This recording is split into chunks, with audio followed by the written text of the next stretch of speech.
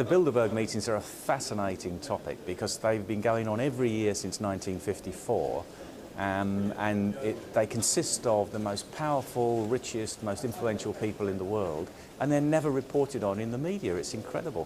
For example, past guests include people like Henry Kissinger, George Osborne, the British Chancellor, the Queen of the Netherlands, you know, heads of international banks and business. It's incredible meetings, and the national media in countries around Europe and the world don't report on them. In Britain, there's like a complete media blackout.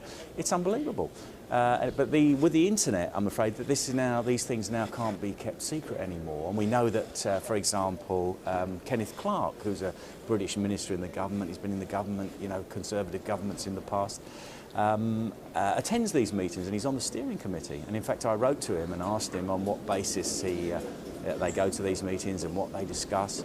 And of course, he wrote me a very polite reply back, but didn't really tell me very much. But there's another one being held now, which is in the UK, and that will be from the 6th to the 9th of June. It's in the Grove Hotel in Watford.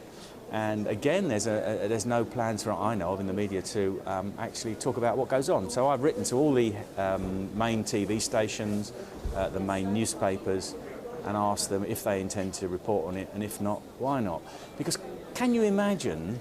I mean, I find this impossible to believe. You know, in the UK, if two celebrities meet for a chat, it's front page news, you know, it's all over the newspapers. But when some of the most powerful people in the world meet, and there's up to 120 people go to these meetings, nothing's said in the press. It's incredible. So it's not surprising that these incredible conspiracy theories arise, which I don't believe. I do believe there's something going on. They have an agenda, they discuss something, they must decide something. So let's know what it is. I mean, these people are on the public payroll, lots of them. They're private businesses or they're politicians. They're paid for by taxpayers or by shareholders. Let's know what they're talking about. Well, you see, this is the whole point. I mean, up until very recently, they didn't even admit that they existed. In the internet age, and they've been filmed going into these meetings now, so it's become impossible to hide it. So they've actually got their own website now, but it doesn't actually tell you very much. And of course, since these are the most powerful people in the world, then you've got to ask yourself why they would give up 3 or 4 days of their time to talk if it wasn't important. Now, the letter I got back from Kenneth Clarke said merely, oh, well, don't worry about it, we all just, you know, have a nice friendly discussion about the future of the world and what should be happening. Well, that may well be true, it all may be entirely innocent, but I find it very difficult to believe that these people are going to spend this amount of time and effort to discuss things unless they're implemented. Now, if they decide things which are implemented, then I think the people have a right to know in a democracy what these policies are. And you do have to wonder, because you see things like the European Union, like globalisation in terms of business or whatever, mass immigration, things that people are concerned about, and we don't really understand why they're happening or how they're made to happen.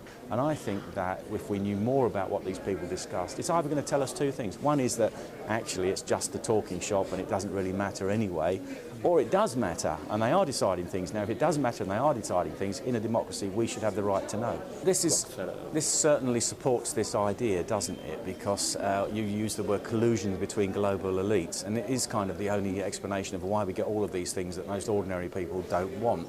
And you've got idiotic things like the European single currency, which is an ideologically driven thing, which obviously is a political thing. It's not an economic project. So I think, yes, you've got to draw that conclusion that, as I said earlier, they wouldn't meet unless they had something serious to discuss and decide. And it seldom seems to be in the interest of the ordinary person. And in fact, it has been called the kind of shadow world government. Whether that's true or not, I don't know. Then nobody else does either. So it's hardly surprising that the most fantastic conspiracy theories get aired, which I don't believe. But there must be a reason why this is all happening. And for example, if you see people like Kenneth Clarke and Peter Mandelson, who are prominent figures from two completely different political parties, Conservative and Labour, meet at these meetings, and then the two of them then pop up in a new organisation, which I think is called British Influence. I can't quite remember the name of it, but it's designed to kind of counter the anti-EU sentiments that are rife at the moment. It's about how great it is for us to be in the EU.